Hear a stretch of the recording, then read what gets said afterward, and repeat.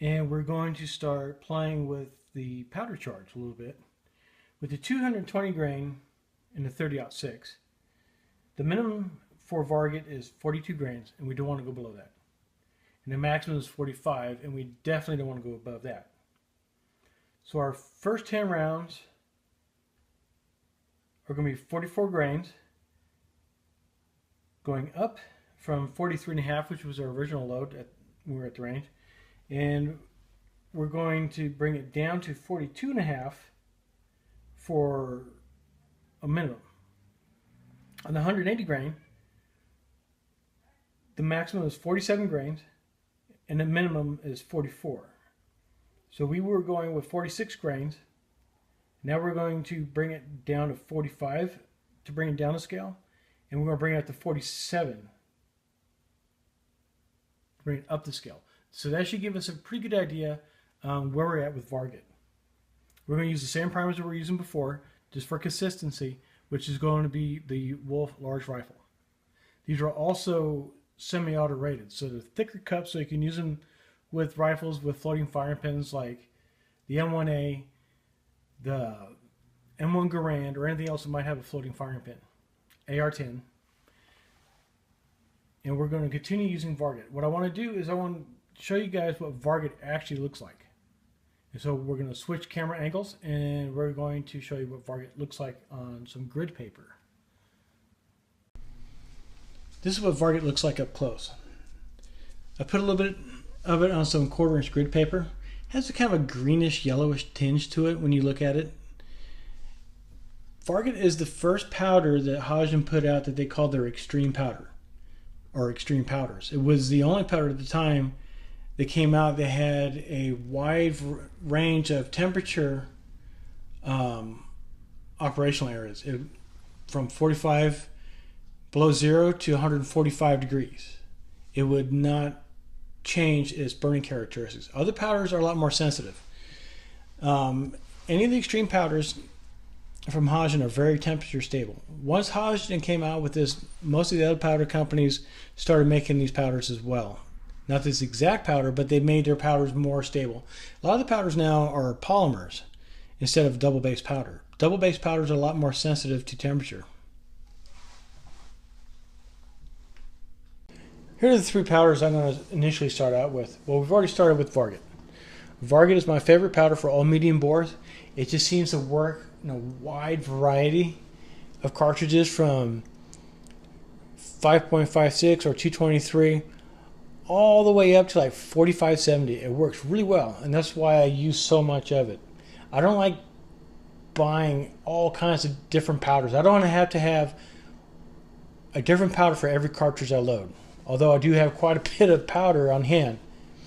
AR Comp is another nice medium burning rate powder, and we're going to try some Ace 380. Ace 380 works good in a 30-06, except for it's not compatible with the heavier bullets like the 220 grain. I still have to research AR Comp, and if it's not compatible with the 220 grain, I'll just go into my collection of slugs and pull out the weights that do work. The thing I like about Varget is it burns very close to 4064. And that's what I initially used pretty much for 308, 30-06, 8mm Mauser, 7x57, 9.3x62 was 4064. And when this came out, when I first initially tried it, I thought, wow, this is a great powder. And I've been using it ever since. I still use IMR 4064, but between the two, I prefer Varget. That's just my preference. The dyes I'm using are RCBS. They're good dyes. They're the standard that everybody goes by. This is a 3-dye set. This has a taper crimp, which is extra, which I really like. Has a full-length decapping resizing die. And it has your standard seating die with a roll crimp.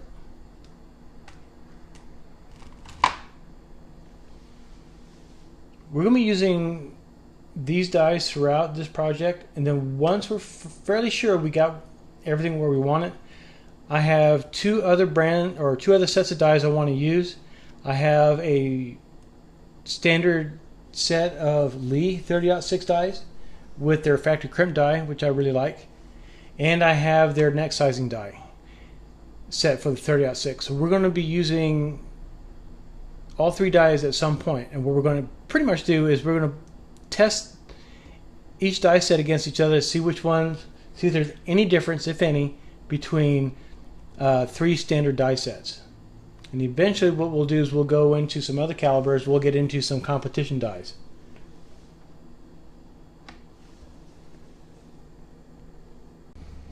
For most of my sizing operations, I use Redding's Imperial Sizing Wax. I really like using it. It's easy to use, and I've had this can for almost 10 years, and I still have a lot left. And I've sized thousands of rounds with this. It makes the sizing operation butter smooth if you use enough of it. Don't use too much, you're going to waste it. You'll get some oil dents sometimes if you use too much, but oil dents are easy. You just fire it and the dents will fire form out just like that.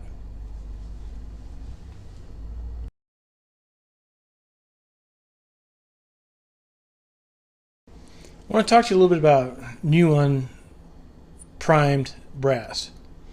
It's beautiful. It's very, very handy to have when you're developing new loads, but there's some things you have to know about it. Even though it's new and unprimed, it's still not exactly consistent, so I always run it through my full-length sizing die and trim it. I find the shortest one in my lot and I trim everything to that size. And the reason is I want that bullet to leave at the exact same spot every single time. Also, I want to get out any anomalies like out of round case mouths, which are common in some unfired unprimed brass. 3030 happens to be one of the ones that are really bad, and I think it's because the case walls are so thin, especially around the neck and the mouth of the case. So when you're using new unprimed brass, go ahead and full length resize it. You still have to lubricate it. You're going to get it stuck in your die, but it'll make each case absolutely consistent and uniform for your load testing. Here's some of the basic tools you need when developing your loads. You're definitely going to need a set of calipers.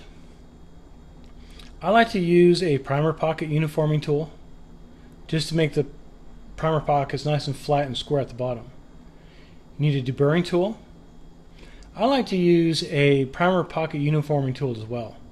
This helps with good primer ignition consistency throughout the charge, and it keeps the flame from the primer from going in different directions.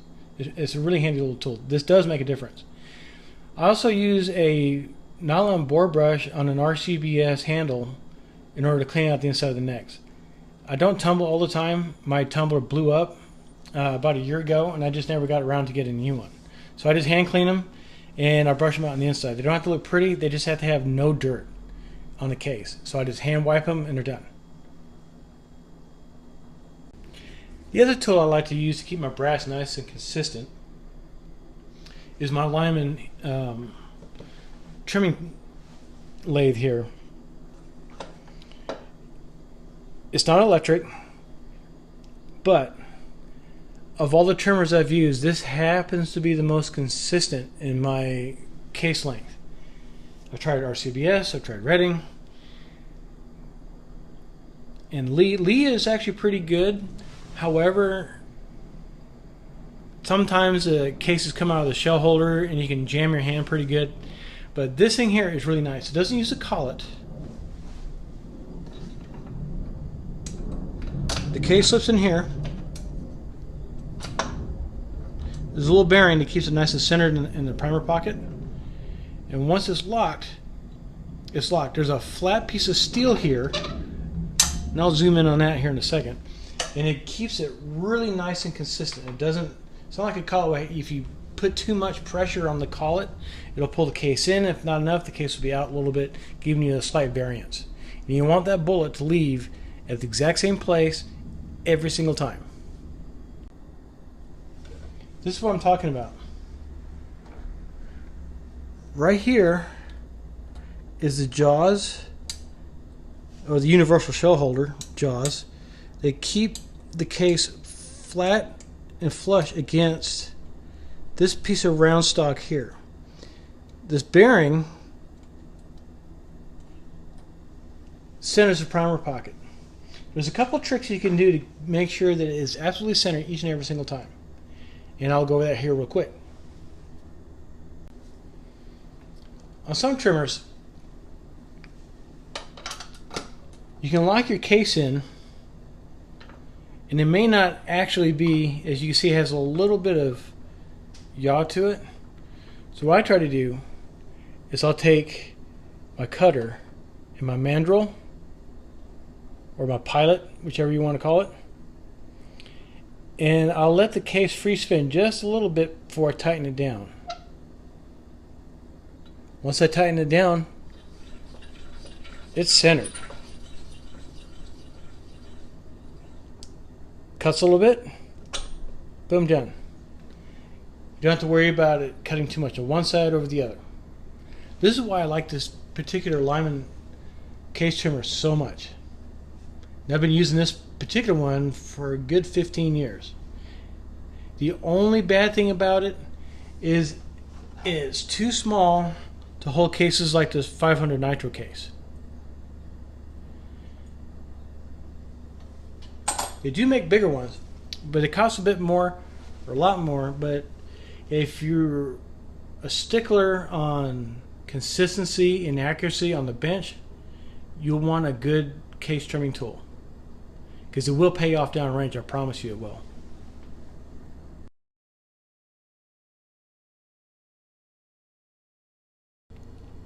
One quick thing. If you're just getting into reloading and you don't have all the equipment you need, like say calipers, a nice thing to have is a bullet with a cantilure. The cantilure is great to have because, one, it gives you a reference point. If you have something that's pointed, say 150 grain full metal jacket, say in a 30-06, you can use a live round to index your seating die. But if you're using an elliptical ogive bullet like this round nose, this cantilure is a great reference point to seat to. Plus, you have the entire length of that tiny little cantilure to seat in or out if you like. This keeps you from seating the bullet too deep or out too far. You can seat it out further if you like. It's not a big deal. Another thing I like to keep handy is a cartridge that's not loaded, but I have my 220 gram round nose seated in it, and I use this as a gauge in order to set my crimp on my roll crimp die and my seating depth. And so let's suppose you loaded a bunch of 168 grain or whatever grain bullet. It doesn't make a difference. Take your pick, but not this bullet, right? So you want to load this bullet. All you need to do is take this and stick it into the seating die and index everything on top of it, and you're ready to go. I'll show you how to do that real quick. Alright, so let us suppose you want to seat these, but your last bullet was something completely different. We already have our shell holder in here, and I always tighten down my dies, especially on the seating die. I make sure the crimp feature is not engaged on any of my cases. That is something I use separately, at least in this case. So we run this guy down super fast. Boom. Now here's our seating stem right here. It's completely out of joint as far as the overall length goes, right? Take your seating depth gauge. Make sure this is backed out enough to where it's not going to seat it any further. Run it up to the die. Now from here, all we do is we take the stem on top of the die, the seating stem, and we get the camera angle a little bit better so you can see. Right there. So we have the seating stem here, right? All I do is run it down until it stops.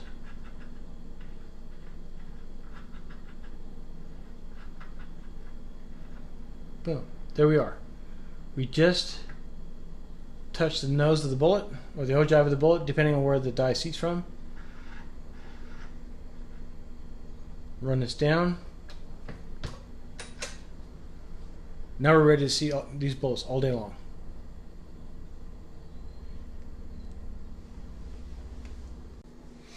Because there's several different companies out there that make 220 grain round noses, Hornady happens to be another fine bullet company that produces a 220 grain round nose. Write down in Sharpie on the side of the case, clean it first so it doesn't rub right off, what it is. I'll just write down here 220 RN Sierra. Then I just throw it into the box, boom, forget about it until I need it again. I have a seating depth gauge and it's always there.